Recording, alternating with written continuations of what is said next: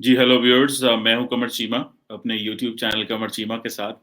और व्यूअर्स, एक बहुत बड़ी डेवलपमेंट हुई है। और वो डेवलपमेंट ऑब्वियसली क्वाड के हवाले से हुई है। क्वाड रिलेटेड सिक्योरिटी डायलॉग है, जिसमें ऑस्ट्रेलिया, अमेरिका, जापान और भारत हैं। और मैंने इसके ऊपर कुछ वीडियोस पहले भी बनाई हैं, लेकिन मैं इसको इतनी अहमियत इसलिए देता हूँ कि ये जो अरेंजमेंट है क्वाड का, ये 2 साल, 5 साल के लिए नहीं है। ये इस अरेंजमेंट की जो वैल्यू है वो ऑलमोस्ट कम से कम, अगर आप इसको एक लॉन्ग टर्म रिलेशनशिप में देखें, जिस तरह नेटो की या जो ट्रांस अटलांटिक पार्टनरशिप थी अमेरिका की यूरोप के साथ, मैं उसको इस तरह का रिलेशनशिप देख रहा हूँ।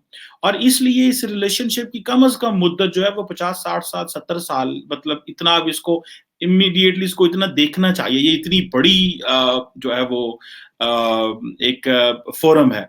और इसमें बहुत सारी बहस हो रही है, लेकिन जो सबसे इंपॉर्टेंट चीज है वो ये है कि इसमें हाई लेवल डिस्कशन हुई है, जिसमें ये प्रेसिडेंट बाइडेन जो है, जो बाइडेन, उन्होंने इसको इवेंट कॉल किया था।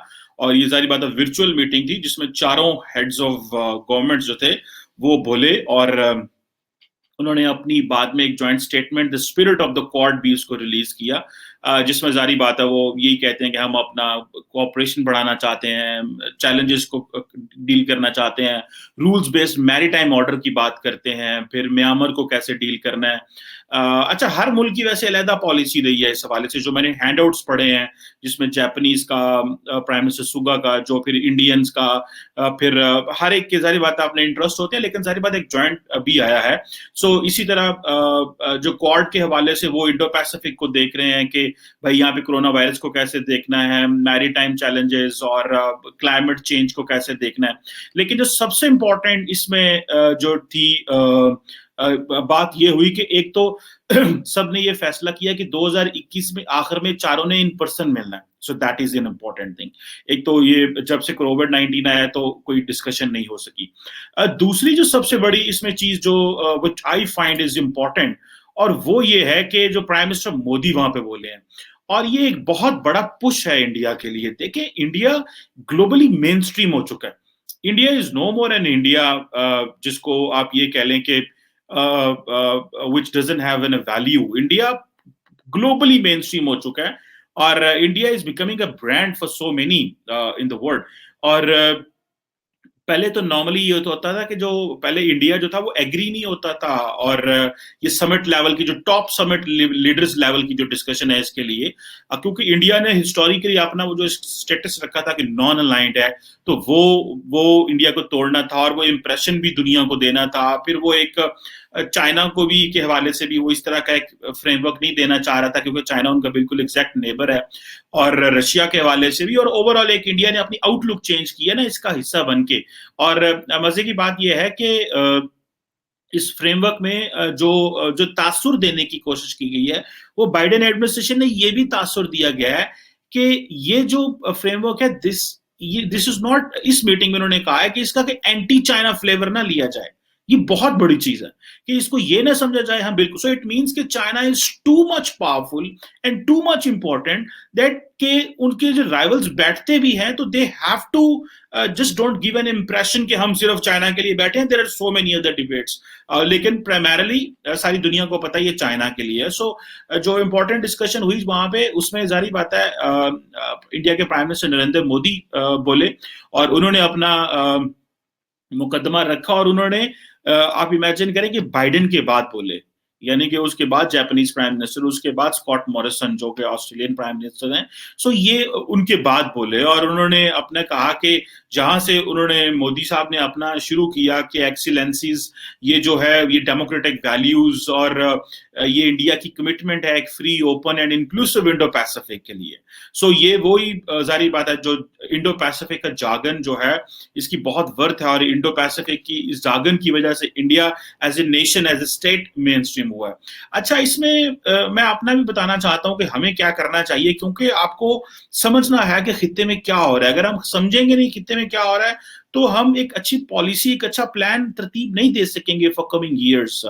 सो इसी तरह प्राइम मिनिस्टर मोदी ने क्लाइमेट चेंज की बात की और टेक्नोलॉजीज की बात की और कहा कि जी we are a force for global good, हम दुनिया के लिए ग्लोबल गुड की है की तरह है। और उन्होंने ये भी कहा कि हमारी एक इंडियन फिलॉसफी है ऑफ वन फैमिली फिलॉसफी उन्होंने डिस्कस की, जिसमें उन्होंने कहा जी कि ये जो समिट है, ये जो क्वाड की समझ है, जो समिट है, ये अब मेच्योर हो गई है और उसकी उम्र पूरी हो चुकी है। गो के 2007 में उस वक्त के जो जापान के प्राइम मिनिस्टर शिंजो एबे थे, वो इंडिया आए और उन्होंने इंडियन पार्लियामेंट से खिताब किया और उन्होंने वहां पे ये आइडिया दिया। लेकिन अब वो इंडिया कह रहा है कि ये मेच्योर हो चुका है और ये आइडिया उन्होंने इंडिया से पहले शेयर किया, जिसको बाकियों ने बारो किया। सो और ये जो है वो प्राइम मिनिस्टर मोदी ने कहा कि ये जो है it is an important pillar of stability और रीजन के लिए एक इसके है।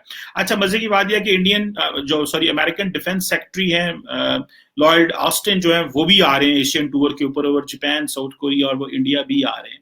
सो ये तो एक इम्पॉर्टेंट चीज है। इसके साथ साथ जापान जो कि ऑलरेडी दुनिया की तीसरी, sorry if I am not wrong, yes third बड़ी इकोनॉमी है, अबाउट $5.2 ट्रिलियन की इकोनॉमी है। पहले अमेरिका, फिर चाइना और फिर ये है, बल्कि चाइना ने सरपास किया था जापान को। सो उनके जो प्राइम मिनिस्टर थे सुगा साहब, उन्होंने भी ये कहा कि हम साउथ ईस्ट एशियन नेशंस को साथ में लाएंगे।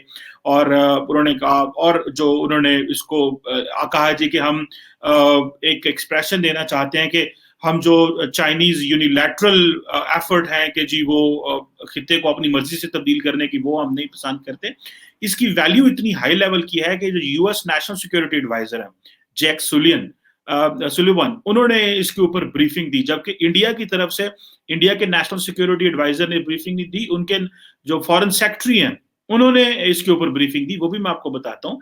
सो जो व्हाइट हाउस में उन्होंने रिपोर्टर्स को बताया कि जी एक वही स्ट्रॉन्ग डेमोक्रेसीज और हम इसी तरह है, और जो की रीजनल इश्यूज हैं वो हमने डिस्कस की है, जिसमें फ्रीडम ऑफ नेविगेशन और पर्टिकुलरली वो क्योंकि चाइना के हवाले से आए तो वो coercion in the south and east China sea की बात करते हैं, और नॉर्थ कोरिया की भी बात करते हैं, और म्यांमार की भी बात करते हैं।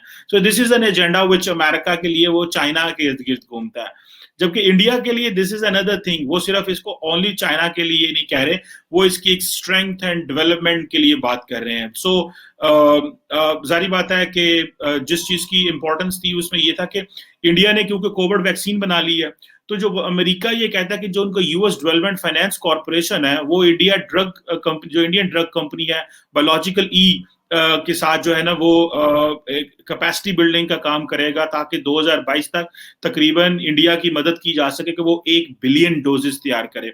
इसके साथ साथ जो जापान का इंटरनेशनल कोऑपरेशन एजेंसी है वो भी कंसेशनल लोन देगा न्यू दिल्ली को कि वो अपनी मैन्युफैक्चरिंग जो है और वैक्सीन की एक्सपोर्ट जो है उसको हेल्प आउट कर सके। इसी तरह कैनबरा ऑस्ट्रेलिया का भी अपना है कि वो भी अपनी वैक्सीन सप्लाई को आगे लेके जाएं। सो इंडिया, क्योंकि जो इंपॉर्टेंट चीज है वो इंडिया है, क्योंकि Japan already third largest economy है, Australia is a developed country, but India is getting into the bigger club. So जब इंडिया बड़े क्लब में जाता है तो उसकी जो सिग्निफिकेंस है वो बड़ी हाई हो जाती है। जो इंडियन फॉरेन सेक्रेटरी है हर्षवर्धन साहब जो हैं, उन्होंने जब इसको डिस्कस किया, उन्होंने कहा जी कि हम तो कोविड-19 के इम्पैक्ट को कम करने की बात करेंगे। और जो डिस्कशन हुई, क्योंकि इंडिया, देखिए इंडिया क्या लेना चाह रहा है, India is important south China sea, east China sea, बाकी म्यांमार, नॉर्थ कोरिया, न्यूक्लियर, सब चाइना इंपॉर्टेंट है, लेकिन इंडिया किस पे काम करना चाह रहा है? इंडिया काम करना चाह रहा है क्रिटिकल एंड इमर्जिंग टेक्नोलॉजी के ऊपर काम करना चाह रहा है, और उसके लिए वो कहते हैं वर्किंग ग्रुप बने जो क्वाड मेंबर्स की हेल्प करे, क्योंकि अब इंडिया समझता है कि जितनी ज्यादा वो इनसे ये एक्सट्रैक्ट कर लेगा चीजें, उतनी ज्यादा उनको, ये डेवलप्ड वर्ल्ड है सारी, तो उनको फायदा होगा। इसी तरह वो जो टेलीकम्युनिकेशन जो डिप्लॉयमेंट्स हैं उसके ऊपर मदद देना चाह रहा है, और अपने जो इक्विपमेंट सप्लायर्स हैं उनसे वो बढ़ाना चाह रहा है। और इस हवाले से मैं समझता हूँ कि ये अमेरिकन भी परेशान है, क्योंकि वो कहते हैं कि ये सारे जो हैं वो चीन से कुछ न लें। सो जो सेमीकंडक्टर्स हैं और जो सप्लाई चेन है जो सबसे इंपॉर्टेंट है, उसके हवाले से भी अमेरिकन इसको बड़ी इंपॉर्टेंस देते हैं कि ये और पर्टिकुलरली एक अहम बात, इसके ऊपर मैं एक सेपरेट डिस्कशन करना चाहता हूं कि ये जो डिस्कशन है ना सेमीकंडक्टर्स की और रेयर अर्थ मटेरियल्स की, इसके ऊपर चीन की बड़ी मोनोपोली है, एंड द क्वाड अंडरस्टैंड्स कि we have to have at least, हमें थोड़ा सा इसको मैनेज करना है। और ये डिस्कशन हुई है क्योंकि चाइना जो है वो सारे का सारा वो शेयर ले रहा है। तो लेकिन इंडिया ने भी यही कहा है कि हमें टेक्नोलॉजी में मदद करें, हमें इन चीजों में हमें सपोर्ट मिलेगी, और इंडिया इसमें इस सारे क्वाड में से अपनी टेक्नोलॉजी, इकोनॉमी, अपनी ग्लोबल एक्सेप्टेंस एंड ग्लोबल जो ट्रांसनेशनल जो कनेक्शन है उसको स्मार्ट करेगा। और इस तरह जारी बात है, जो रेयर अर्थ मिनरल्स हैं इस हवाले से भी इंडिया को एडवांटेज होगा। और जो अमेरिकन हैं उनको ये है कि हमें इंडिया का साथ तो मिल जाएगा, लेकिन हमें जो हम सारे जो अपना एक साइबर नेटवर्क अच्छा बने, जिसमें हम जो एक अपनी जो डिजिटल हाइजीन है उसको इम्प्रूव करें, और हम अपने नोट्स प्रिपेयर करें, और हम आपस में मिल के काम करें। सो मैं समझता हूँ जिसमें इंडियंस, तो जारी बात है हर मुल्क ये चाहता है कि 5G टेक्नोलॉजी मिले, और जो ग्लोबल टेक्नोलॉजीज हैं 21st सेंचुरी में जो क्रिटिकल है for the growth and development, उसके लिए फायदा हो। सो ये एक इंपॉर्टेंट चीज है। माजर चाहता हूँ। अच्छा, इसी के साथ साथ जो अहम चीज है वो ये कि जो बाइडेन एडमिनिस्ट्रेशन है वो नहीं चाहती कि कोई भी जो है वो जो क्वाड के ममालिक हैं वो कोई जो है वो हुआवे से मदद लें, और जो अमेरिकन टेलीकम्युनिकेशन नेटवर्क है जो कि किसी भी की तरफ से भी, या जो क्वाड के ममालिक हैं वो चाइना से कुछ ना लें। और इसी तरह जापान और इंडिया जो है उन्होंने ऑलरेडी एक मेमोरेंडम ऑफ अंडरस्टैंडिंग भी साइन किया हुआ है कि जी हमें इंफॉर्मेशन एंड कम्युनिकेशन टेक्नोलॉजीज में काम करना है, मिलना है, और 5G टेक्नोलॉजी और चाइना के इन्फ्लुएंस से भी बाहर रहना है। So this is something very important for India, because India is getting global, India is getting वो जो डेवलप्ड वर्ल्ड के पास सारी जो स्मार्ट टेक्नोलॉजी उन्होंने बनाई हुई है उससे वो चीजें एक्सट्रैक्ट कर रहा है। So this is something very bigger plan. अब जारी बात है कि जब इस तरह का प्लान बनता है तो बाकी जो यूरोपियंस हैं वो थोड़ा पीछे रह रहे हैं। मिसाल के तौर पे फ्रांस और जर्मनी जो ये कहता है कि आप जो है ना आप चाइना के साथ जो है ना अपने पुल जो है ना वो ना जलाएं, और इस तरह का माहौल ना क्रिएट करें कि हमारे लिए भी मसला पैदा हो। सो ये एक इम्पॉर्टेंट फैक्टर है। मैं समझता हूँ गो के इंडिया जो है वो इस हवाले से समझता है कि जो चाइनीज जो स्ट्रिंग ऑफ पर्ल्स की स्ट्रैटेजी है और जो बाकी हैं उनको दुनिया के सामने थोड़ा सा मेन स्ट्रीम होना है, और it is something which is good for Indians. लेकिन यहाँ पे मैं जो पाकिस्तान का डिस्कस करना चाहता हूँ क्योंकि वो मेरे लिए बड़ा इंपॉर्टेंट है और पाकिस्तान के लिए इंपॉर्टेंट है, मैं तो बार बार इस पे बड़ा फोकस करता हूँ कि how to be part of Indo Pacific. We can't be part of Quad because we are not in that region, but how to be part of the Quad. So either we are going to keep ourselves only in the Chinese bloc, या कि हमने जो policy introduce करवाई है middle east में कि भाई हमें न्यूट्रल रहना है, क्या हम उसको यहाँ पे लेके आएंगे। अब देखना यह है कि अमेरिकन जो हैं वो हमारी कैपेसिटी देख के या हमारी कैपेबिलिटी देख के वो अंडरस्टैंड करते हैं कि we can't be that much powerful in that region. वो उसके लिए आपको पैसा चाहिए, आपकी बिजनेस करने के लिए भी आपकी उतनी आपकी सकत होनी चाहिए। So they won't have us there.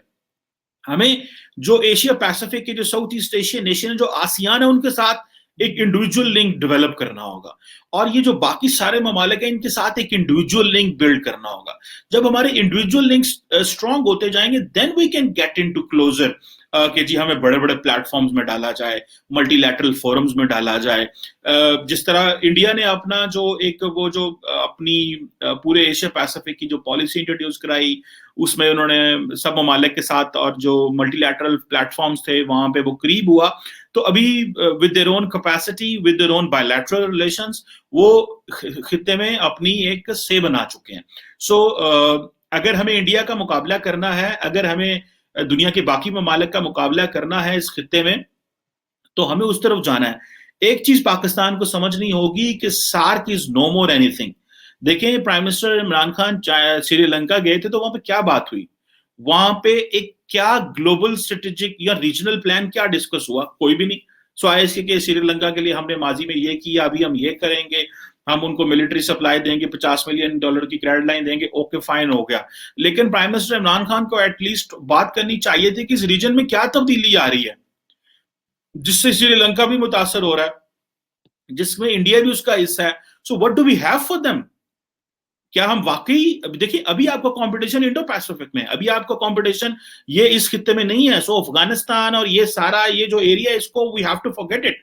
अगर हमने इसको ना भूला तो ये जो अपना वेस्ट है, ये नहीं कि मैं चाहता कि यहाँ पे हम बिल्कुल ही छोड़ छाड़ के चले जाएं, मैं ये नहीं कहता, लेकिन मैं कहता हूं कि अगर हमने अफगानिस्तान और इस खित्ते को जितना कॉन्फ्लिक्ट जोन है इससे बाहर ना निकले अपना, तो we won't be anywhere in the region, हम किसी के साथ ना कॉम्पीट कर सकेंगे। देखें, जब तक आप बड़े बड़ों के साथ कम्पीट नहीं कर सकते, आप तरक्की नहीं कर सकते। आपको you have to aim big, जितना बड़ा सोचेंगे उतना ही ज्यादा हमारे लिए इंपॉर्टेंट है। और at this moment we are nowhere in this Quad. India is getting a big push. India is getting into the global supply chain. India is getting the 5G technology. तो ऑलरेडी उनके ऊपर काम कर रहे हैं वो, और उनकी अपनी लोकल जो है कंपनी है, वही जिया और बाकी others, they are all they are working. So I personally believe के what is required is कि we have to move forward, हमें थोड़ा आगे निकलना है और इन चीजों से जो रीजनल हमारे जो कॉम्पिटिशन है उनसे भी बाहर निकलना है। और we have to look at कैसे जो है वो क्वाड कैसे रीजन शेप कर रहा है, इंडिया कैसे रीजन को शेप कर रहा है। एंड डोंट फॉरगेट कि India is part of that club which is shaping this Indo Pacific for not for at least for more than 50 years के लिए जो है वो क्वाड और ये तब्दीलियां आ रही हैं। I hope that our policy makers keep thinking and start thinking and work hard for getting into all the global platforms. Thank you very much.